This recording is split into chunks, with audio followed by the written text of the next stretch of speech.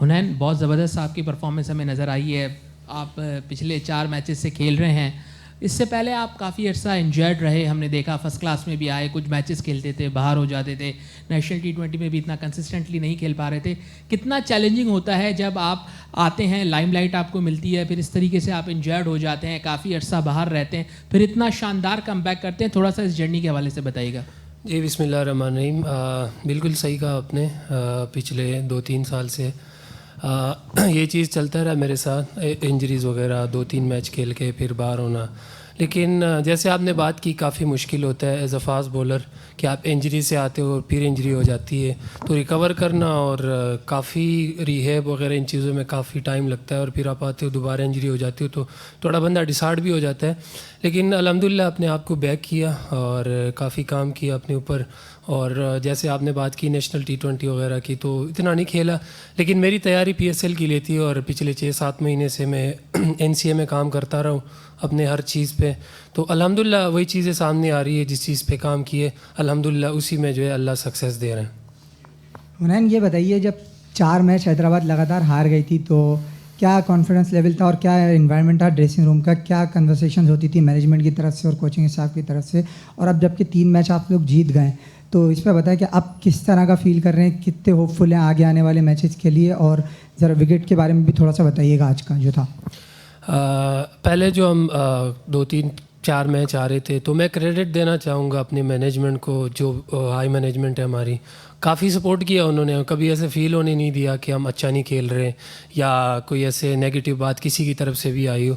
तो मेरे ख़्याल से उनको जितना क्रेडिट दिया जाए कम है, उन्होंने बहुत बैक किया और हमेशा हमें ये यकीन दिलाया कि अगर हम एक मैच जीते, क्योंकि नई टीम में ऐसे होता है थोड़ा जेल होने में टाइम लगता है, हम जेल हुए और अल्हम्दुलिल्लाह उन्होंने बड़ा सपोर्ट किया और मेरे ख़्याल से क्रेडिट उनको जाता है।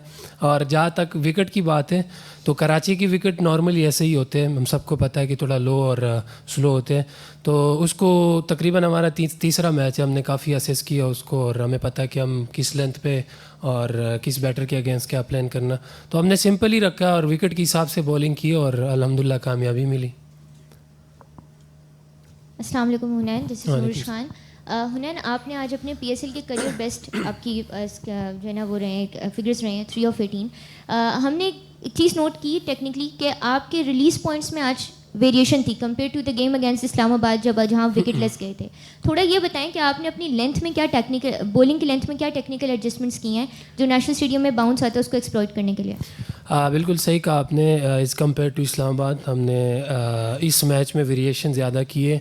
उसकी वजह ये है कि पिच आप लोगों ने देख लिया, जितना बंदा मतलब स्लो रन को जितना हम मार के करते थे वो होल्ड होके ग्रिप हो रहा था, तो पिच के हिसाब को देख के उस तरह बॉलिंग की। और जैसे हमें एक दिन मिला था, हमने उसमें प्रैक्टिस की और प्रैक्टिस पे सीनियर प्लेयर्स और कोचेस के साथ बात करते रहे, तो उन्होंने यही मशवरा और यही सजेस्ट किया था कि इस पिच के हिसाब से स्पेशली कराची में आप जितना बॉल को लेट और मार के करेंगे तो उस हिसाब से पिच पे जो है वो हेल्प मिलती है, तो उस हिसाब से बॉलिंग की और अल्हम्दुलिल्लाह कामयाबी मिली। हुनैन, 2 साल पहले नेशनल T20 कप में आपसे मुलाकात हुई थी, उस वक्त आप उभर रहे थे, आगे आ रहे थे, फिर गायब हो गए। इंजरी अगर देखा जाए तो शाह ब्रदर्स इंजरी के हवाले से काफ़ी मशहूर है। नसीम शाह अभी इंजर्ड हैं और जो मामलात उनके साथ हुए, जो चीज़ें हुई, मेंटली आपस में भाई क्या बात करते हैं? कोई इस तरीके की आपस में ख़ुद को मोटिवेट करने की कोशिश करते हैं, ख़ास तौर पे एक ऐसे फेज़ में जहाँ नसीम के साथ पहले मामला हुआ, फिर अब वो इंजर्ड होके खेल नहीं पा रहे, क्या बातें होती हैं और फिर इंजरी से वापस इस तरीके से कमबैक होता है? जहाँ तक मेरी इंजरी की बात है तो मैंने काफ़ी मेहनत की है और टू बी वेरी ऑनेस्ट पिछले 3 साल आसान नहीं थे। जैसे आपने बात की कराची में जब हम मिले थे, तो उस टाइम मेरे नेशनल T20 कप में ऐसे बड़े मैच जितवाए थे कि आखिरी ओवर में 6-7 रन चाहिए था और मैंने बचाए थे। लेकिन फिर उसके बाद अनफॉर्चुनेटली जो इंजरीज आई थी उसकी वजह से मैं थोड़ा बैक फुट पे चला गया था। लेकिन काफ़ी स्ट्रगल की है, काफ़ी मेहनत की है, काफ़ी लोगों के साथ काम किया और काम करना पड़ा मजबूरन भी, क्योंकि आपको ज़रूरत होती है इस टाइम पे लोगों की जो आपकी हेल्प करें। तो काफ़ी मुश्किल टाइम था अल्हम्दुलिल्लाह, लेकिन उससे निकल आया वो, काफ़ी अपने आप को बैक किया। और जहाँ तक नसीम की बात है, तो मैं हमेशा अपने हर इंटरव्यू में हर उसमें ये बात करता हूँ कि वो घर में कभी क्रिकेट के रिलेटेड कोई बात नहीं करता। वो हमेशा, जैसे आपने बात की दूसरी चीज़ों को कि डिसिप्लिन पे कभी कंप्रोमाइज़ नहीं होना चाहिए, ऑफ द फील्ड जितनी चीज़ें मेरे ख़्याल से और उसके ख़्याल से ये है कि वो ज़्यादा ज़रूरी है आपकी परफॉर्मेंस को इन्हेंस करने के लिए।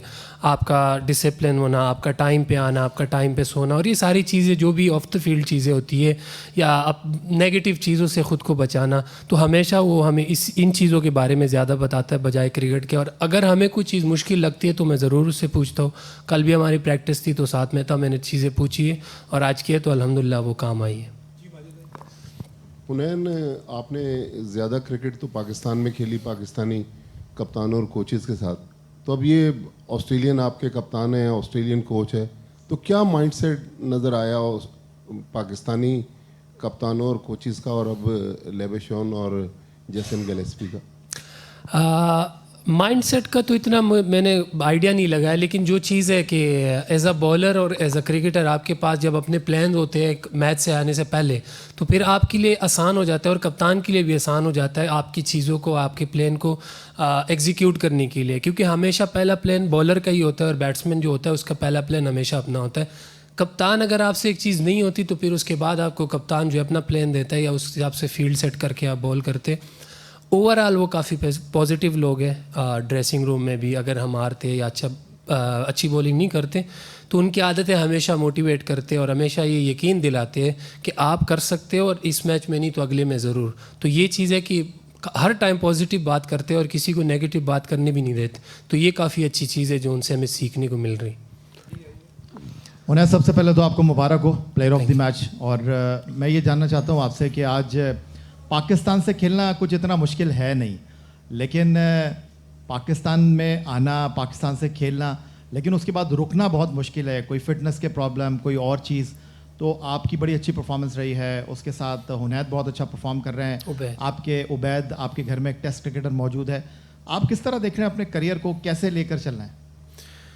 सर लगा हूँ, मेहनत कर रहा हूँ और कोशिश करूँगा कि डोमेस्टिक जितना ज़्यादा खेल सकूँ, जितना मौका मिले उतना डोमेस्टिक में जाऊँ, परफॉर्म करूँ, अपने फ़िटनेस को इम्प्रूव करूँ, अपने फील्डिंग को, अपने बॉलिंग बैटिंग को, हर चीज़ को उस लेवल पे ले आऊँ कि जब पाकिस्तान खेलूँ तो मुझे कोई इतना इशू ना आए, ना इतना बड़ा कोई चेंज आए कि मैं एकदम से डोमेस्टिक से पाकिस्तान खेलने गया और मुझे कोई काफ़ी डिफरेंस नज़र आया।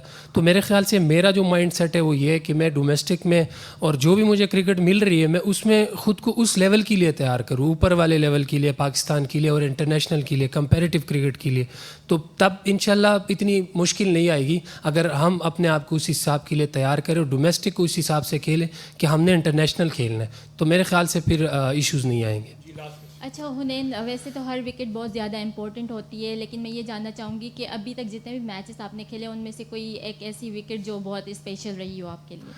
विकेट जो भी हो जिससे मेरी टीम को फ़ायदा हुआ हो तो वो मेरे लिए बेस्ट विकेट है। अगर आज के मैच में देखा जाए तो डेरिल मिचेल की विकेट थी, तो उससे हमारी टीम को फ़ायदा हुआ, एक मोमेंटम हमारी तरफ आया। तो हमेशा वही विकेट आपके लिए स्पेशल होती है जिससे टीम को फ़ायदा और टीम जीते।